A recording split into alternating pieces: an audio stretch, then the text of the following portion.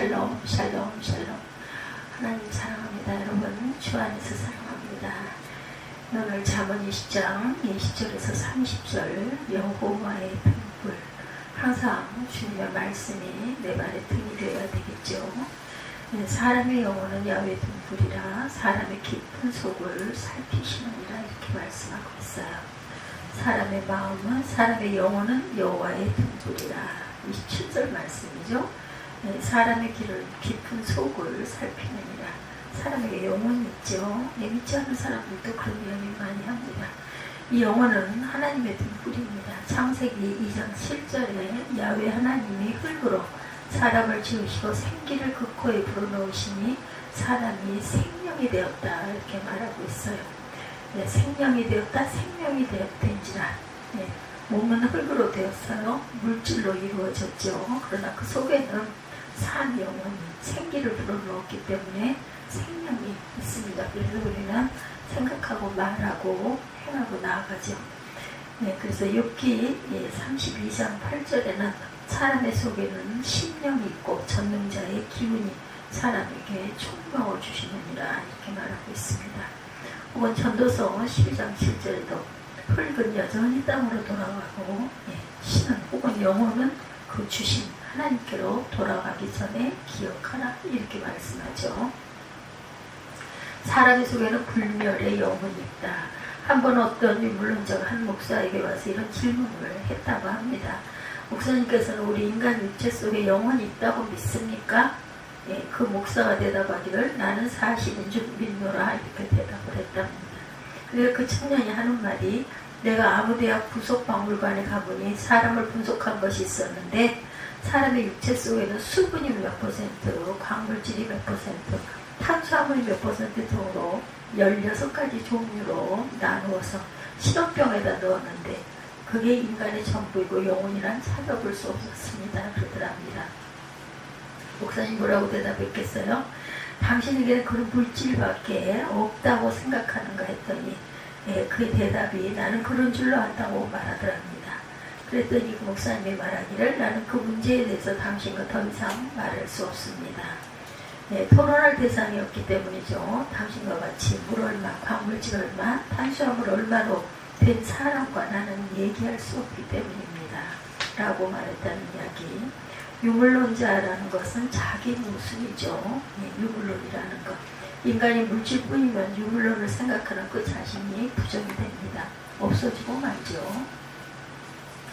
과연 사람의 속에는 불멸의 영혼이 있어요. 영혼은 야훼 등불이다. 이 영혼에는 빛이 있습니다. 이 빛은 하나님께서 주신 빛이죠. 파스칼의 말 가운데 인간은 갈대라고 했어요. 힘이 약하다는 뜻이죠. 그러나 인간은 생각하는 갈대입니다. 이런 의미심장한 말을 남겼어요.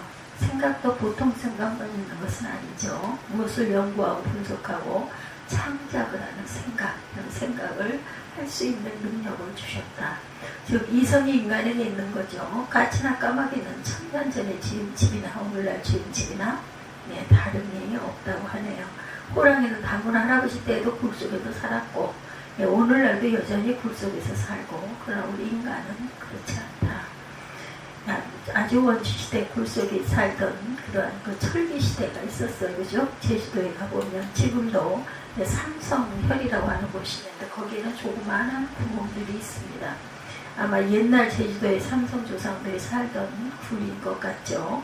그러나 오늘날의 제주도 사람은 당연히 굴속에서 사는 사람은 없습니다.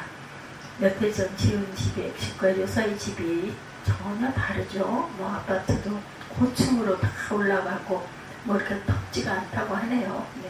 요즘 지은 새로 지은 아파트들은 더위도 많이 차단이 돼서 그렇게 덥지는 않다. 그런데 사람은 땅하고 가까운 데 살아야지 너무 높은 데 사는 것은 건강에 아주 안 좋죠. 얼마나 새로운 형태의 주택들이 만들어지는지 사람의 속에 이성이 있어서 새로운 것들을 이렇게 많이 창작을 하죠. 이 이성의 빛이 과학을 발전시킵니다. 작은 현미경도 만들었죠. 이 작은 현미경을 통해 우리 눈으로 보지 못하는 많은 세균들을 또한 보게 됩니다. 이것이 의학계의 새로운 기원이 되어서 많은 병을 앓게 되고 고치게 되고 예방의학이 발달됐습니다. 어떤 사람은 작은 망원경을 만들죠. 인간은 이 망원경을 통해서 대우주를 탐색하고 발견하기 시작을 했어요. 어떤 사람은 원자를 분석하기 시작했고 원자 핵의 비밀을 또한 알아냅니다. 과학이 발달되죠. 원자력을 발견합니다. 원자탄을 만들게 되죠. 인간에게 없던 새로운 능력이 부여된 것이다. 이렇게 이성을 통해 여러 가지 과학의 그런 이기가 발명됩니다. 혹은 비행기, 혹은 라디오, 혹은 텔레비전, 우주선이라 해서 우리 인간 생활에 큰 변혁을 오늘날 가져왔어요. 아마 지금 이 시간도 여러 가지 우주의 사람들이 가고 그 지구를 선회하고 있는 그런 사람들도 있을 것이다. 계속 돈다죠. 그뿐 아니라 이성의 빛은 정치나 경제나 문화나 사회나 예술이나 음악이나 모든 방면의 새로운 발전과 새로운 사상, 새로운 제도, 새로운 창작들을 가져옵니다. 이 이성의 불은 본래 하나님께서 우리에게 주신 귀한 보화예요. 이성의 불을 우리 인간은 절대로 꺼서는 안 된다. 모든 방면에 모든 문제에 있어서 이성의 불이 꺼지면 결국은 우리가 사망했을 때 꺼지죠. 감정에만 휩쓸리면 안 된다는 거. 이 이성의 등불이 꺼지지 않도록 늘 주의해야 한다. 어떤 때는 인간의 고집과 독성과 편견과 선입관과 감정과 권력의식과 교만과 같은 죄악들이 이성의 빛을 흐리게 하고 심지어 꺼지게 하고 많은 때가 있습니다. 이성의 빛이 밝아야 우리 개인의 생활이나 국가 생활을 바로 영위할 수 있다는 것을 우리가 항상 기억하고 조심해야 되겠죠.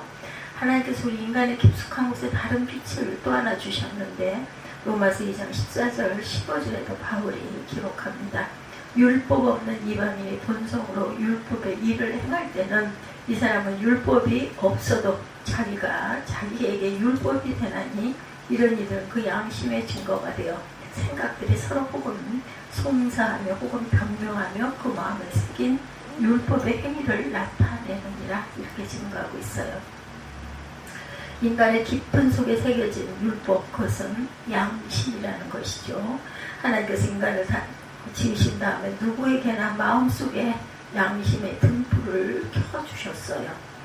요한복음 8장에도 보면 예수께서 한 번은 가르치실 때 바리새인과 서기관들이 간음하다가 붙잡힌 어떤 여인을 데리고 와서 예수께 질문하는 장면이 있죠. 선생이시여, 모세의 율법을 보면 이런 여자는 당장 돌로 쳐서 죽이라고 하였는데 선생은 뭐라고 하시겠습니까? 예수께서 그 질문을 받으시고 대답하지 않으시고 조용히 머리를 숙이고 생각하십니다. 빨리 대답하라고 성화가 시작됩니다. 이윽고 머리를 드신 예수님은 그들에게 너희 가운데 누구든지 죄 없는 사람은 먼저 돌로 이 여자를 차라 이렇게 말했다고 그러죠.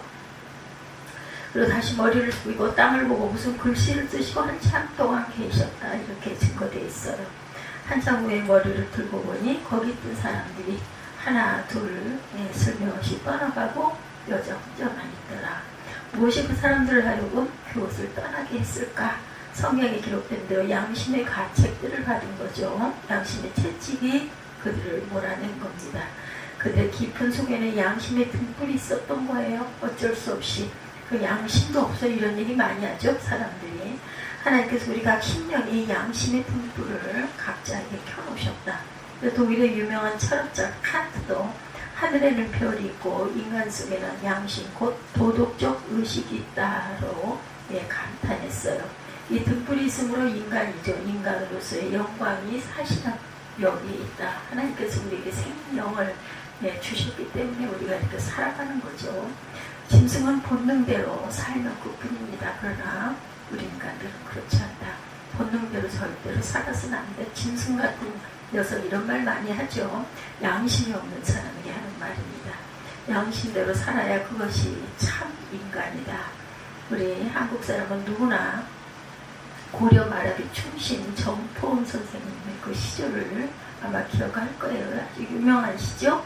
이 몸에 죽어주고 100번 고쳐주고 그렇게 시작해서 백골이 진토되어 임양한 진토대로 임양한 일편단심 정말 변할 줄이 없다 이런 말을 합니다. 왜 지금도 이 시절을 기억합니까? 간단한 시조 가운데 동포은 선생의 심령 속에 있는 양심의 밝은 빛이 간단한 시를 통해서 비추어지고 있는 까닭이다.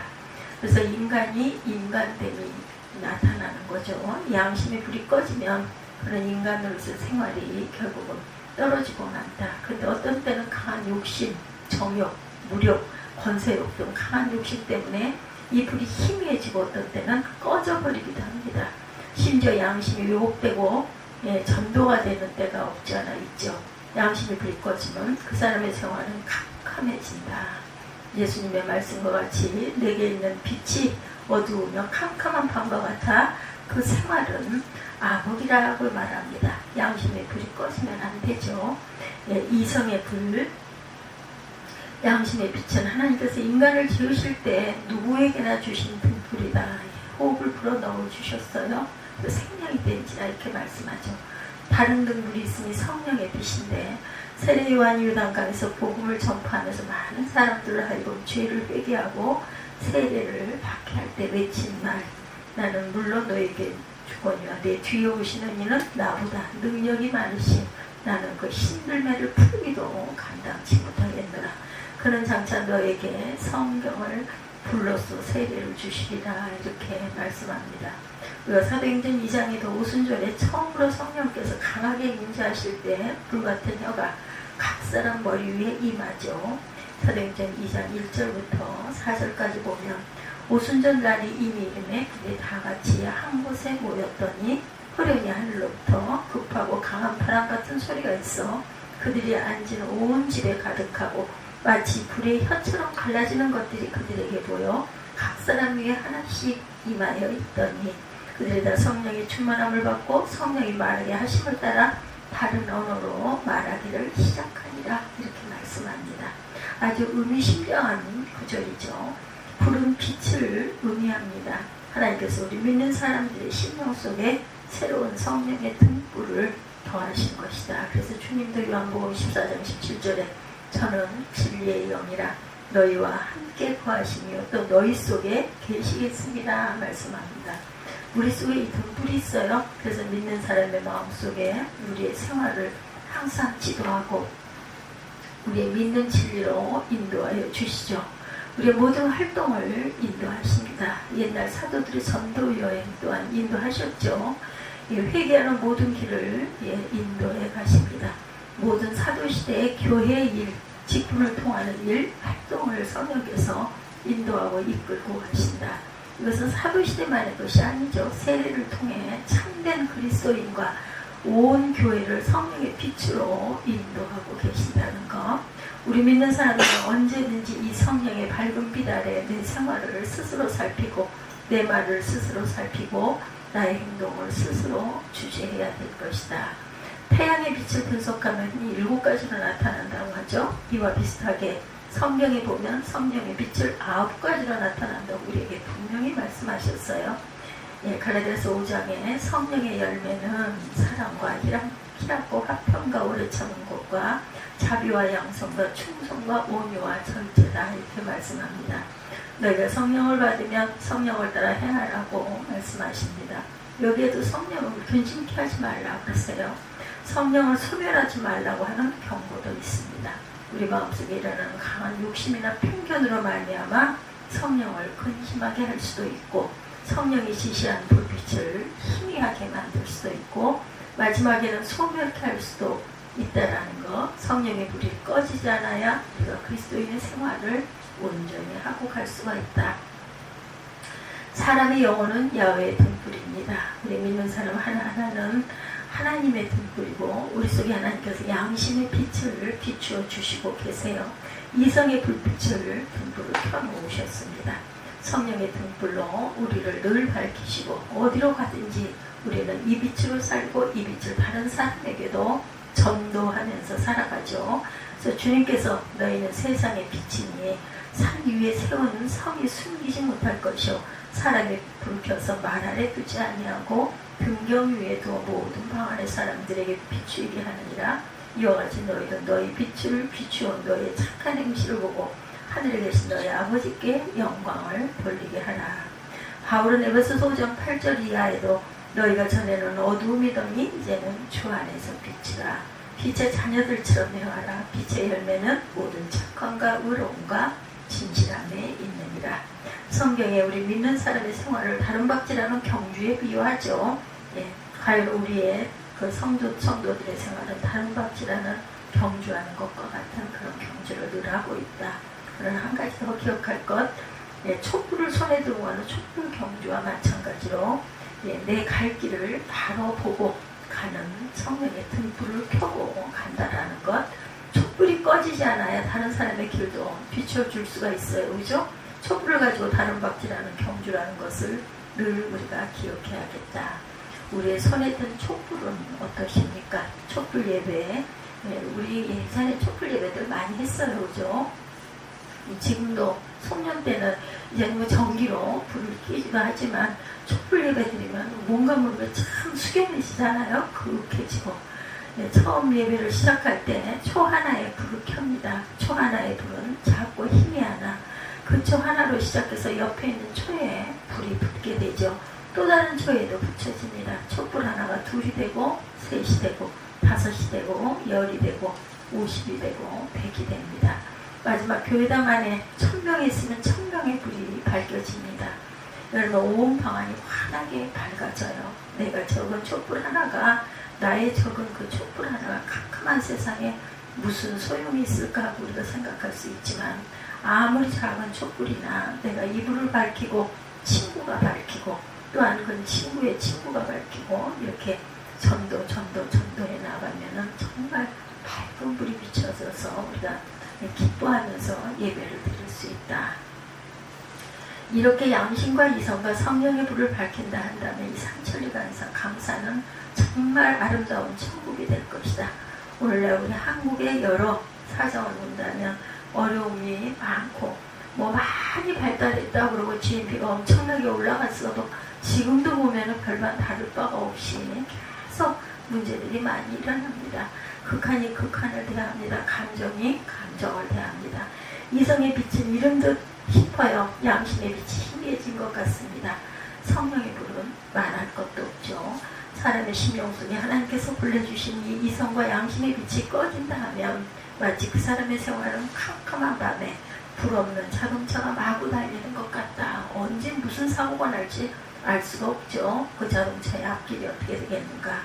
여러분의 가슴 속에 이 불이 성령의 불이 활활 타오르시기를 주님의 이름으로 축복합니다. 너희는 야훼의 등불이다. 우리는 이 등불을 밝혀 우리 생활을 밝히고 우리 사회를 밝히는 그런 사명을 잘 감당하고 가는 하나님 기뻐하시는 그런 사명자들이 되시기를 주님의 이름으로 축복합니다. 장은 20절 말씀 한번 읽으시고 주기도